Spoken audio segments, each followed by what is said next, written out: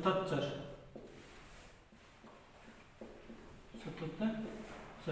ठीक है। 77 क्या होती है, देखो 77 के अंदर क्या होती है कि हमारे हमने क्या एक तो हमने लास्ट क्लास में पढ़ लिया था समावेशी वर्ग सीमा निर्धारण करने के, तो समावेशी परिवेशी जो पीढ़ी थे अगला है हमारे पास 77 जो हमने चल वाले टॉपिक में किया था 77 और विस्तृत, ठीक है। तो 77 के अंदर क्या करते हैं कि 77 किस में नापी जाती है, या तो सेंटीमीटर हुआ है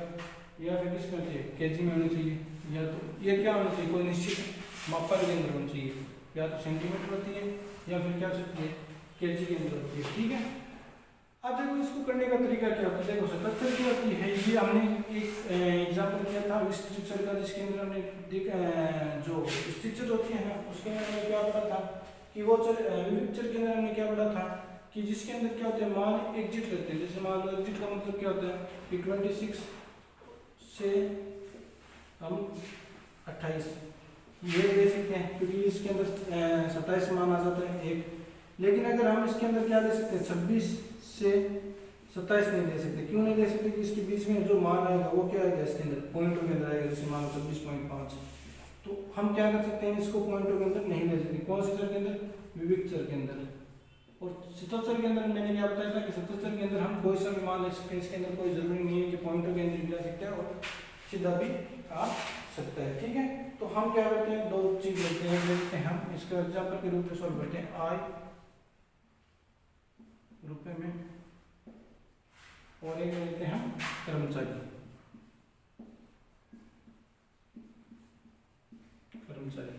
ठीक है। आई हमने स्टार्ट किया 800 से 899, फिर 900 से 999, फिर 1000 से 1099, 1099 से हमने किया 1199, 1199, फिर हमने किया 1200 से 1299 और 1200 लास्ट का अंत में 1299 से 1300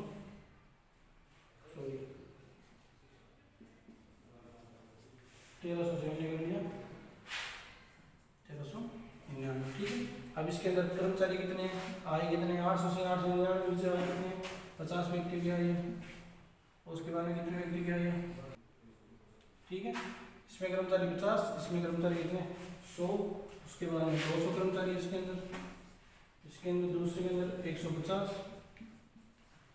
उसके बाद में हमारे पास 40 और उसके बाद में हमारे पास है 10, टोटल मिला के हमारे पास कर्मचारी कितने हैं हमारे पास 550, ठीक है। अब देखो ये तो हमारे पास क्या सीधा सा रूप है हमारे पास, ठीक है। अब हमें क्या करना पड़ेगा, इसको 77 के अंदर क्या करना पड़ेगा कन्वर्ट करना पड़ेगा। तो 77 के अंदर कन्वर्ट करने का तरीका क्या होता है कि हमें क्या करना है इस कैटेगरी की उच्चतर निकालनी है, उच्च संख्या इस कैटेगरी की जैसे मान लो, और जो अगली कैटेगरी है उसकी क्या लेनी है हमें निम्न माइनस निम्न, इस कैटेगरी की तो हमें लेनी है उच्चतम जो हाईएस्ट है, और इस कैटेगरी की हमें लेना है निम्नतम जो सबसे कम है, तो इसकी उच्च कितनी है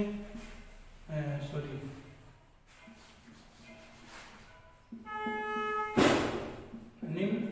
माइनस उच्च, तो हमने इसकी ले ली निम्न कितनी है 900 और उसकी उच्च कितनी है लास्ट वाली कैटेगरी की लेनी है निम्न कितनी है 899, टोटल मिला के डिफरेंस कितने का आया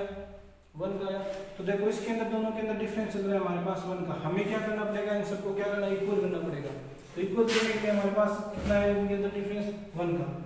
दोनों को जोड़ के इन दोनों के अंदर निकालना तो डिवाइड किसका देना पड़ेगा 2 का, तो यहाँ पे आ गया 0.5,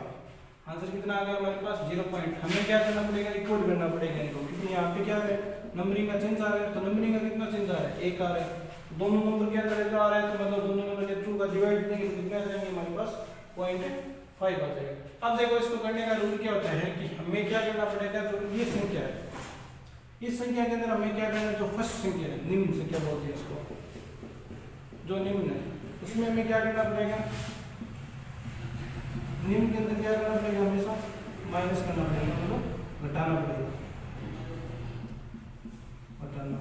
और जो उच्च है उसके अंदर क्या करना पड़ेगा हमें जोड़ना पड़ेगा, ठीक है। तो सीधा सा बात है 899 से 0.5 घटा दो तो कितने आ जाएंगे यहाँ पे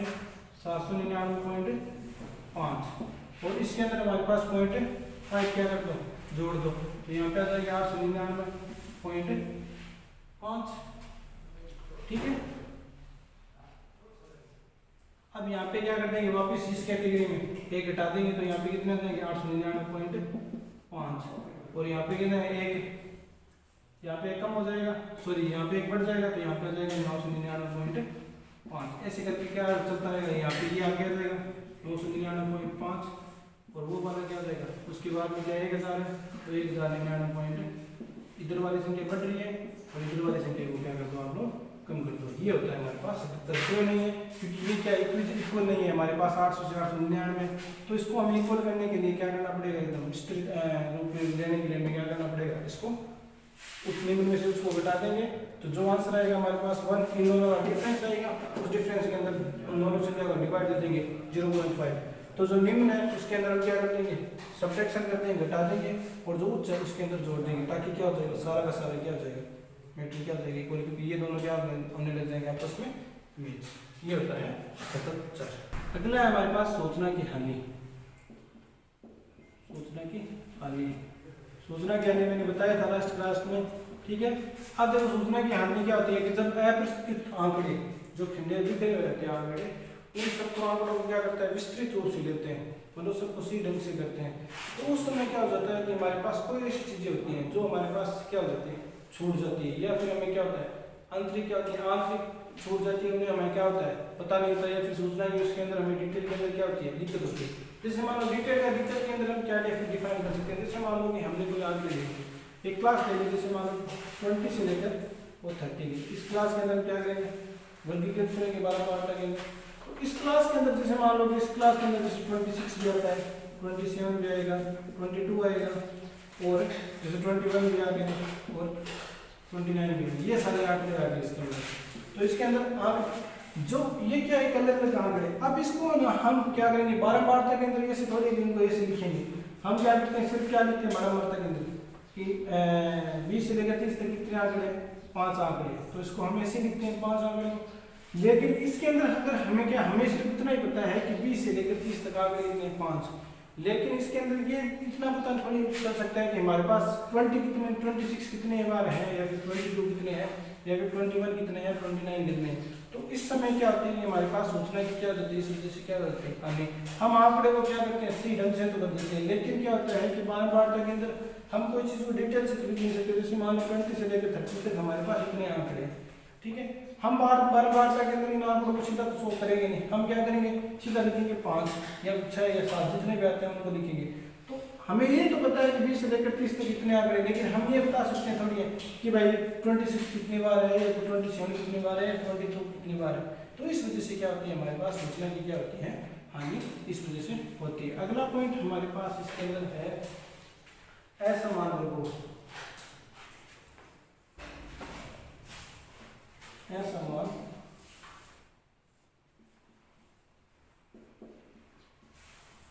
असमान वर्गों में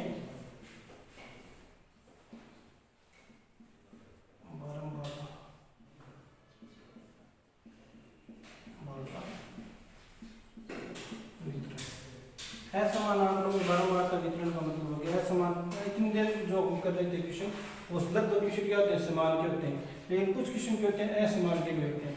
असमान का डिफाइन कैसे कर सकते हैं, जैसे मान लो कि हमने क्या ले ली स्टूडेंट की संख्या ले ली 0 से लेकर 10 से हमने क्या ले ली छात्रों के नंबर ले लिए 10 से 20 से ले लिए 30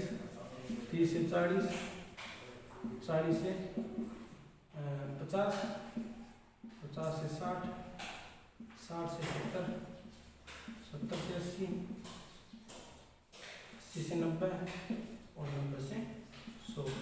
ये हमने क्या ले लिए बच्चों के नंबर है। जैसे मान लो कि 0 से लेकर 10 के अंदर मान लो एक बच्चा आया, एक बच्चे के आए, 10 से लेकर 60 बच्चों के आए, उसके बाद में 6 बच्चों के आए, 7 बच्चों के आए, 40 से 50 21 के आए, और उसके बाद में 23 के आए, उसके बाद 19 के आए, 6 5 और 4। ये सारे क्या होंगे बच्चों के नंबर की 0 से लेकर 10 नंबर के बीच में एक बच्चों के। इसके अंदर हम क्या कर सकते हैं, देखो कि इन सब आंकड़ों के अंदर क्या चल रहे हैं, एक इक्वल चल रहे हैं, मतलब आसपास के क्या चल रहे हैं नंबर चल रहे हैं, जिसको बोलते हैं प्रभास, क्या बोलते हैं, सॉरी, जिसको हम बोलते हैं पारस। पारस के अंदर क्या होता है कि जिसके अंदर आंकड़े क्या होते हैं, बहुत दूर दूर होते हैं। दूर दूर का मतलब हमने वेतन का किया था एग्जाम्पल कि मान लो कि कोई और ड्राइवर है, उसका वेतन क्या होता है 500 रुपये होता है। मान लो कि वो परमानेंट कितने कमा सकता है 500, और एक औद्योगिक आदमी क्या होता है कि जैसे मान लो कि पर डे कितने कमा सकता है 5000। तो उसको जो डिफरेंस होता है आंकड़ों के बीच का उसको बोलते हैं पारस। ठीक है, अब देखो इसके अंदर क्या चल रही है, ये सारे आंकड़े क्या चल रहे हैं, एकदम इक्वल चल रहे हैं, लेकिन ये तीनों आंकड़े क्या करें, लगभग आंकड़े, जैसे मान लो हम तीनों आंकड़े 21, 23 और 19, ये टोटल कितने आ गए हमारे पास 63। तो ये टोटल आंकड़ों का क्या ले रहे हैं, ये तीन आंकड़े क्या ले रहे हैं, टोटल आंकड़े जिससे मान लो 40 से लेकर 70 तक आंकड़े क्या कर रहे हैं कि हमारे 63% क्या दे रहे हैं, नंबर कवर कर रहे हैं ऑटोमेटिकली। ठीक है, और बाकी के जो आंकड़े हैं वो क्या करें, कितने नंबर कवर कर रहे हैं 37। तो ये क्या एक समान नहीं है, एक समानता नहीं है। तो हमें क्या करना पड़ेगा, फिर इन आंकड़ों को क्या करना पड़ेगा, दो भागों में क्या करना पड़ेगा, डिवाइड करना पड़ेगा। डिवाइड करने का मतलब क्या हो गया कि हमें क्या करना पड़ेगा, 0 से लेकर 10, 10 से लेकर 20, 20 से लेकर 30 और 30 से लेकर 40, यहाँ तक तो एकदम इक्वल चल रहे हैं। फिर 40 से लेकर 50 में कितने 21 है। तो हमें क्या करना पड़ेगा, आंकड़ों जो आंकड़े हैं उनको क्या करना पड़ेगा, टुकड़ों में डिवाइड कर देंगे। टुकड़ों में डिवाइड का मतलब होगा कि अब हम इनका डिफरेंस है, वर्ग अंतराल कितना ले रहे हैं 10 ले रहे हैं। अब इनका वर्ग अंतराल कम करके कितना कर देंगे 5, मतलब हम क्या कर देंगे यहाँ पे 40 से लेकर 45 वहाँ तक कर देंगे, यहाँ तक लास्ट 17 चल रहा है तक। तो अब यहाँ पे क्या हो जाएगा 40 से लेकर 45 और 45 से लेकर 50, 50 से लेकर 55। तो ऐसे करके क्या हो जाएगा, ये सारा का सारा क्या हो जाएगा, चल जाएगा कहाँ तक चलेगा, सिर्फ 70 तक। 70 से आगे हमें क्या रखना है, वर्ग अंतराल क्या रखना है 10 का। तो इससे क्या हो जाएगा, ये एकदम आंकड़े क्या हो जाएंगे, समान हो जाएंगे, जिससे क्या करें व्याख्या करने क्या हो जाएगी, इजी हो जाएगी। तो असमान आंकड़ों के अंदर ये चीज डिफरेंस होती है कि जिसके अंदर क्या होता है कि ये आंकड़े तो क्या चल रहे हैं 10 के डिफरेंस चल रहे हैं, और यहाँ पे आते हैं आंकड़े क्या हो जाएंगे, मतलब डिफरेंस क्या हो जाएगा, छोटा हो जाएगा। तो उसे ही हम क्या बोलते हैं, असमान आंकड़े। ठीक है, अगला हम करते हैं द्विचर बारंबारता वितरण। द्विचर के अंदर क्या होते हैं, द्विचर और एवं एक सिद्ध चर। ठीक है, इसके अंदर क्या होता है, द्विचर के अंदर कितने होते हैं, आंकड़े कितने होते हैं हमारे पास, दो प्रकार होते हैं। अब लोग कैसे करते हैं, दो प्रकार से। जैसे मान लो कि हमने क्या ले लिया आंकड़े के अंदर, एक मान लो कि विक्रय ले लिया, व्यय का लेते हैं, मान लो कि व्यय का अंदर, तो व्यय के अंदर क्या हो गया, खर्चों के अंदर विक्रय खर्चे होते हैं, और ये क्या होते हैं हमारे पास विज्ञापन एक्सपेंडिचर।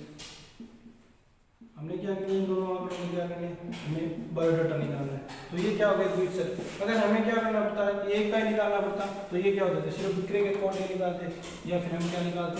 हैं, सॉरी विक्रय व्यय के अकॉर्डिंग निकालते, या फिर हम विज्ञापन व्यय के। लेकिन द्विचर के अंदर हमें क्या करना पड़ेगा, इन दोनों को क्या करना पड़ेगा, साथ में निकालने पड़ते हैं। साथ में निकालने का मतलब क्या होता है, जैसे मान लो कि हमने एक जगह ले लिया विक्रय व्यय, विज्ञापन व्यय ले लिया,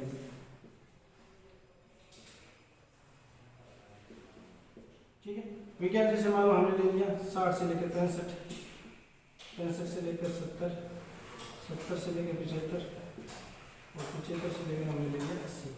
इधर ले लिया हमने 100 से लेकर 110, 110 से लेकर ले लिया 120, 120 से ले लिया 130 और 130 से ले लिया हमने 140। ये सारे ले लिए। अब इसके अंदर क्या होता है कि हमने 60 से लेकर 65 तक खर्चे किए, तो हमारा विक्रय कितना हो जाएगा,